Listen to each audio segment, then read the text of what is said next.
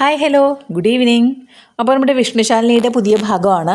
നമ്മുടെ വിഷ്ണുവിൻ്റെ കല്യാണം 10 മടങ്ങായിട്ട് ഒടിച്ച് മടക്കി നമ്മുടെ പപ്പിക്കുട്ടി കൈ കൊടുത്തിട്ടുണ്ട്. അപ്പോൾ സത്യാമ്മ ഇത് അവളുടെ പുതിയ പെൺകുട്ടി മഞ്ജരിയുടെ സ്വഭാവം മനസ്സിലാക്കി അവൾക്കൊരു അടിയും കൊടുത്തിട്ട് നേരെ ഇവിടെ നിന്ന് ഇറങ്ങിപ്പോകാൻ പറയുന്നുണ്ട്. അങ്ങനെ ഷൺമുഖദാസ് മന്ത്രിയാകാനിരിക്കുന്ന ഷൺമുഖദാസിനെയും ഫാമിലിയെയും ഒക്കെ പിണക്കിച്ച് വിട്ടു നമ്മുടെ സത്യാമ്മ. കാര്യം നമ്മുടെ സത്യാമ്മയുടെ കൊച്ചുകുട്ടിയാണ്, അല്ലെങ്കിൽ സത്യാമ്മയുടെ കൊച്ചുമകളെയാണ് ഈ പെൺകുട്ടി അപമാനിച്ചതും വഴക്ക് പറഞ്ഞതും തല്ലിയതും ഒക്കെ ചെയ്തത്. അതൊന്നും സത്യഭാമയ്ക്ക് ഇഷ്ടമല്ല. അങ്ങനെ നമ്മുടെ വിഷ്ണുവിൻ്റെ കല്യാണം മുടക്കി അതിനുശേഷം വിഷ്ണു അങ്ങ് മുകളിലേക്ക് കയറി പോവുകയാണ്. അപ്പോഴും നമ്മുടെ രാഘവൻ നായർ സത്യാമ്മയോട് പറയുന്നുണ്ട്, അവന് ഇങ്ങനെ ആയതിൻ്റെ കാരണവും ഇങ്ങനെ ആവാതിരിക്കണമെങ്കിൽ ഉള്ള കാരണമൊക്കെ ഇങ്ങനെ പറയുമ്പോൾ സത്യാമ്മ പറയുന്നുണ്ട്, രാഘവേട്ടൻ എന്താ ഉദ്ദേശിക്കുന്നതെന്ന് എനിക്ക് മനസ്സിലാകുന്നുണ്ട്, പക്ഷേ അത് സത്യഭാമ ജീവിച്ചിരിക്കുമ്പോൾ നടക്കാൻ പോകുന്നില്ല എന്നും പറയുന്നുണ്ട്. പിന്നെ അതിനുശേഷം നമ്മുടെ പപ്പിക്കുട്ടി നേരെ മുകളിലേക്ക് ചെല്ലുകയാണ്. എന്നിട്ട് വിഷ്ണുവിൻ്റെ അടുത്ത് ചെന്നിരിക്കുമ്പോൾ വിഷ്ണു പറയുന്നുണ്ട്, മോൾക്ക് വേദനിച്ചു എന്ന്. എനിക്ക് വേദനിച്ചിട്ടൊന്നുമില്ല, വിഷ്ണു അച്ഛന് എന്തായാലും കല്യാണം മുടങ്ങിയല്ലോ, എനിക്കത് സന്തോഷമായി. അപ്പോൾ പറയും, മോൾ എന്തിനാ വെറുതെ ഓരോന്ന് ചെയ്യുന്നതെന്ന് ചോദിക്കുമ്പോൾ നമ്മുടെ പപ്പിക്കുട്ടി പറയുന്നുണ്ട്, അത് ഞാൻ വെറുതെ ചെയ്തതല്ല, മനഃപൂർവ്വം ചെയ്തതാണ്. എൻ്റെ സങ്കടം സത്യയോട് പറഞ്ഞപ്പോൾ സത്യ എനിക്ക് പറഞ്ഞു തന്ന ഐഡിയയാണ്. അപ്പോൾ ആ ഐഡിയ വെച്ചാണ് ഞാനും ചെയ്തത്. പക്ഷേ അത് വർക്കൗട്ട് ആവുകയും ചെയ്തു. എന്നിട്ട് സത്യ പറഞ്ഞു, നിൻ്റെ അച്ചമ്മയ്ക്ക് നിന്നോട് ഇഷ്ടമുണ്ടെങ്കിൽ ഈ കല്യാണം മുടങ്ങുമെന്ന്. അപ്പോൾ എന്തായാലും കല്യാണം മുടങ്ങിയല്ലോ, വിഷ്ണു അച്ഛൻ രക്ഷപ്പെട്ടല്ലോ. അപ്പോൾ ഇത് വിഷ്ണു ഒരു അതിശയത്തോടെയെല്ലാം ഇത് കേൾക്കുന്നുണ്ട്. അത് കഴിഞ്ഞിട്ട് പിറ്റേ ദിവസം സ്കൂളിൽ ഇങ്ങനെ നമ്മുടെ പപ്പിക്കുട്ടി പോവുകയാണ്. എന്നിട്ട് സ്കൂളിൻ്റെ വരാന്തയിൽ ഇരുന്ന് എന്തോ ഇങ്ങനെ ആലോചിച്ചുകൊണ്ടിരിക്കുകയാണ്. മറ്റൊന്നുമല്ല, അവരുടെ കല്യാണം മുടങ്ങിയ കാര്യങ്ങളൊക്കെ ഇങ്ങനെ ചിന്തിച്ച് സങ്കടത്തോടെ ഇരിക്കുകയാണ്. വിഷ്ണുവിനെ ഓർത്താണ് കുട്ടിയിരിക്കുന്നത്. അപ്പോഴത്തേക്കും കളക്ടറുടെ വണ്ടിയിൽ നമ്മളുടെ സത്യക്കുട്ടിയും ശാലിനിയും കൂടെ സ്കൂളിലേക്ക് വരുന്നുണ്ട്. ശാലിനി മോളെയും കൈപിടിച്ച് സ്കൂളിലേക്ക് നടന്ന് ഇങ്ങനെ വരുമ്പോൾ തന്നെ ശാലിനി പറയുന്നുണ്ട്, നീ മൊബൈൽ എടുത്തിട്ടുണ്ടായിരുന്നോ? എടുത്തിട്ടുണ്ട്. അതിനകത്ത് ചാർജ് ഉണ്ടോ? അപ്പോൾ പറയാം ഉണ്ടല്ലോ. അപ്പോൾ പറയും, മൊബൈൽ കളഞ്ഞ പോലെ അതിൻ്റെ കോഡ് ഓർമ്മയുണ്ടോ? അപ്പോൾ ഉണ്ടമ്മേ, ഞാൻ എന്താ കൊച്ചുകുട്ടിയാണോ എന്നോട് ഇങ്ങനെയൊക്കെ സംസാരിക്കാൻ, എനിക്ക് എല്ലാ കാര്യങ്ങളും ഓർമ്മയുണ്ട് എന്നൊക്കെ പറഞ്ഞ് ഇവർ രണ്ടുപേരും കൂടി ഇങ്ങനെ നടന്ന് ക്ലാസ്സിലേക്ക് കയറുന്നതിന് വേണ്ടി നടന്നു വരുമ്പോൾ തന്നെ നമ്മുടെ പപ്പിക്കുട്ടി ഇങ്ങനെ വിഷമിച്ചിരിക്കുന്നത് നമ്മുടെ സത്യ കാണുന്നുണ്ട്. അപ്പോൾ സത്യ പറയുന്നുണ്ട്, ദേ പപ്പി ഇരിക്കുന്നു എന്ന്. അങ്ങനെ ശാലിനിയും സത്യയും കൂടെ പപ്പിയുടെ അടുത്തേക്ക് പോവുകയാണ്. എന്നിട്ട് പറയുന്നുണ്ട്, മോൾ എന്താ ഇങ്ങനെ വിഷമിച്ചിരിക്കുന്നതെന്ന് നമ്മുടെ ശാലിനി ചോദിക്കുന്നുണ്ട്. ശാലിനിയുടെ സ്വന്തം മോളാണ് നമ്മുടെ പപ്പിക്കുട്ടി. അപ്പോൾ പെട്ടെന്ന് ശാലിനി കാണുമ്പോൾ തന്നെ കുട്ടിക്ക് ഒരുപാട് ഇങ്ങനെ കെട്ടിപ്പിടിച്ച് മുത്തമൊക്കെ നൽകുന്നുണ്ട്.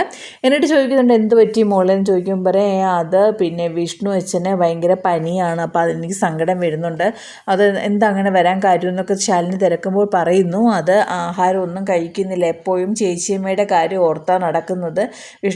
വിഷ്ണു അച്ഛൻ്റെ പനിയുടെ കാരണക്കാരി എൻ്റെ അച്ഛമ്മയാണ്. അച്ഛമ്മ വിഷ്ണു അച്ഛന് വേണ്ടാത്തൊരു കല്യാണം ആലോചിച്ചുകൊണ്ട് വന്നു, ഒരുപാട് നിർബന്ധിക്കുന്നുണ്ട് അച്ഛമ്മ വിഷ്ണു അച്ഛനെ കൊണ്ട് മറ്റൊരു കല്യാണം കഴിപ്പിക്കാൻ. പക്ഷേ വിഷ്ണു അച്ഛൻ്റെ മനസ്സിൽ ഇപ്പോഴും ചേച്ചിയമ്മ മാത്രമേ ഉള്ളൂ, ചേച്ചിയമ്മയോടാണ് വിഷ്ണു അച്ഛന് ഒരുപാട് ഇഷ്ടം എന്നൊക്കെ പറയുമ്പോൾ ശാലിനി ഇത് കേട്ട് ഞെട്ടുന്നുണ്ട്.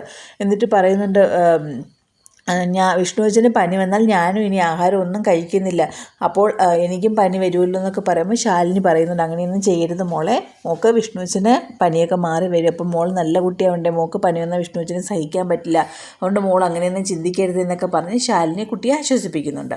എന്നിട്ട് ശാലിനി പറയുന്നുണ്ട്, അപ്പോൾ എന്നിട്ട് അതിൻ്റെ കൂട്ടത്തിൽ തന്നെ നമ്മുടെ പപ്പി പറയുന്നുണ്ട്, ഇന്നലെ ഒരു ആലോചന വന്നിരുന്നു, അപ്പോൾ അത് മുടക്കാൻ വേണ്ടി സത്യ എനിക്കെല്ലാം പറഞ്ഞു തന്നേന്നൊക്കെ പറഞ്ഞു.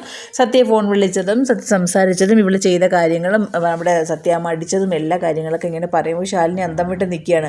പെട്ടെന്ന് ശാലിനി സത്യം നോക്കുമ്പോൾ സത്യം പറയുന്നത്, അമ്മേ വഴക്ക് പറയില്ലേ അമ്മേ, എൻ്റെ കൂട്ടുകാരെ സഹായിക്കാനുള്ള ഉത്തരവാദിത്തം എനിക്കുണ്ടല്ലോ എന്നൊക്കെ ഇങ്ങനെ ചെല്ലക്കുട്ടിയായിട്ട് സംസാരിക്കുകയാണ്. അപ്പോൾ ശാലിനി ഒന്നും പറയുന്നില്ല. എന്നിട്ട് ശാലിനി വീണ്ടും നമ്മുടെ പപ്പിയെ കെട്ടിപ്പിടിച്ച് ഉമ്മ വയ്ക്കുന്നുണ്ട്. എന്നിട്ട് പറയുന്നുണ്ട്, രണ്ടുപേരും കൂടെ ക്ലാസ്സിലേക്ക് പൊക്കോ എന്ന് പറഞ്ഞ് രണ്ടുപേരും കൂടെ കൈ പിടിച്ച് ക്ലാസ്സിലേക്ക് നടന്നു പോവുകയാണ്. അപ്പോൾ ശാലിനി എന്നിട്ട് നമ്മുടെ വണ്ടിയുടെ അടുത്തേക്ക് വരുമ്പോൾ നമ്മുടെ ശ്യാമയെ വിളിക്കുന്നുണ്ട്. ശ്യാമ പറയുന്നുണ്ട്, കുഞ്ഞേച്ചി വിളിക്കാൻ വേണ്ടി ഇരുന്നത്, വിഷ്ണുവേട്ടന് ഭയങ്കര പനിയാണ്, ഹോസ്പിറ്റലിൽ അഡ്മിറ്റ് ചെയ്തിട്ടുണ്ടെന്നൊക്കെ പറയുന്നുണ്ട്. അങ്ങനെ ശാലിനി അത് പറയുന്നുണ്ട്, ശരി അങ്ങനെയാണോ, ഞാൻ കണ്ടോളാം. അപ്പോൾ ചേച്ചി കാണാൻ പോകുന്നോ? ഇല്ല, ഞാനേ കാണുള്ളൂ, എന്നെ കാണില്ല എന്ന് പറഞ്ഞ് ശാലിനി നമ്മുടെ ഹോസ്പിറ്റലിലേക്ക് പോകുന്നുണ്ട്. അപ്പോൾ ഹോസ്പിറ്റലിൽ നമ്മുടെ സത്യാമ്മയും റോഹിത്തും ഉണ്ട്. അപ്പോൾ റോഹിത്ത് പറയുന്നുണ്ട്, സത്യാമ്മ പോകുന്നെങ്കിൽ പോകാൻ. അപ്പോൾ സത്യാമ്മ പറയുന്നുണ്ട്, ഇല്ല നീ പൊക്കോ, ശ്യാമ അവിടെ ഒറ്റയ്ക്കല്ലേ എന്ന് പറഞ്ഞ് റോഹിത്തിനെ പറഞ്ഞു വിടുന്നു. റോഹിത്ത് ഇറങ്ങി വരുമ്പോൾ നമ്മുടെ ശാലിനി കാണുന്നു. പക്ഷേ ശാലിനി മറഞ്ഞ് ഒരിടത്തേക്ക് മാറിയിരിക്കും. അപ്പോഴത്തേക്കും റോഹിത്ത് ഇങ്ങനെ സംസാരിച്ച് പോവുകയും ചെയ്യും. നമ്മുടെ പഴയ വിദ്യാ ഡോക്ടർ ശാലിനിയെ കാണുകയും ചെയ്യുന്നുണ്ട്. എന്നിട്ട് ശാലിനി കാര്യങ്ങളൊക്കെ അന്വേഷിക്കുന്നുണ്ട്. എന്നിട്ട് ശാലിനിയോട് പറയുന്നുണ്ട്, വിഷ്ണു അവിടെ ഉണ്ട്, അപ്പോൾ പറയും ഡോക്ടറെ എനിക്കൊന്ന് കാണാൻ കഴിയുമോ എന്ന് ചോദിക്കുമ്പോൾ അതെങ്ങനെ ശാലിനി സത്യാമ്മ അവിടെ ഇരിപ്പുണ്ടെന്ന് പറയുമ്പോൾ അത് ഒരു വഴിയുണ്ടെന്നൊക്കെ നമ്മുടെ ഡോക്ടറോട് ശാലിനി പറയുന്നുണ്ട്. എന്നിട്ട് ശാലിനി ഡോക്ടറെ കാണുമ്പോൾ തന്നെ പഴയ കാര്യങ്ങളൊക്കെ ഇങ്ങനെ ആലോചിക്കുകയാണ്. എന്നിട്ടാണ് വിളിക്കുന്നത് വിദ്യ ഡോക്ടറല്ലേ എന്ന്.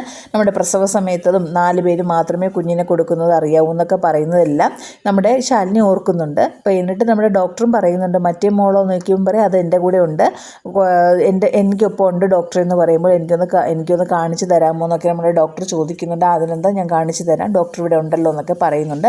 അങ്ങനെ ഡോക്ടർ നമ്മുടെ സത്യാമ്മയുടെ അടുത്ത് ചെന്ന് തന്ത്രപൂർവ്വം BP ചെക്ക് ചെയ്യാമെന്നൊക്കെ പറഞ്ഞ് അടുത്ത് കൂടിയിരിക്കുകയാണ്. അങ്ങനെ ഇപ്പോൾ എന്തായാലും ഡോക്ടർ സത്യാമ്മയെ അവിടെ നിന്ന് മാറ്റും. അപ്പോൾ എന്തായാലും നമ്മുടെ ശാലിനി പോയി വിഷ്ണുവിനെ ഉറപ്പായിട്ടും കാണും. അപ്പോൾ അതാണ് നമ്മുടെ ഈ ഭാഗം എന്ന് പറയുന്നത്. അപ്പം എല്ലാവരും ഈ വിഷ്ണുശാലിനി എൻ്റെ റിവ്യൂ കേൾക്കണം. എല്ലാവരും എൻ്റെ ചാനൽ സബ്സ്ക്രൈബ് ചെയ്യണം, ലൈക്ക് തരണം, പിന്നെ കമൻറ്റും തരണം. Okay, thank you.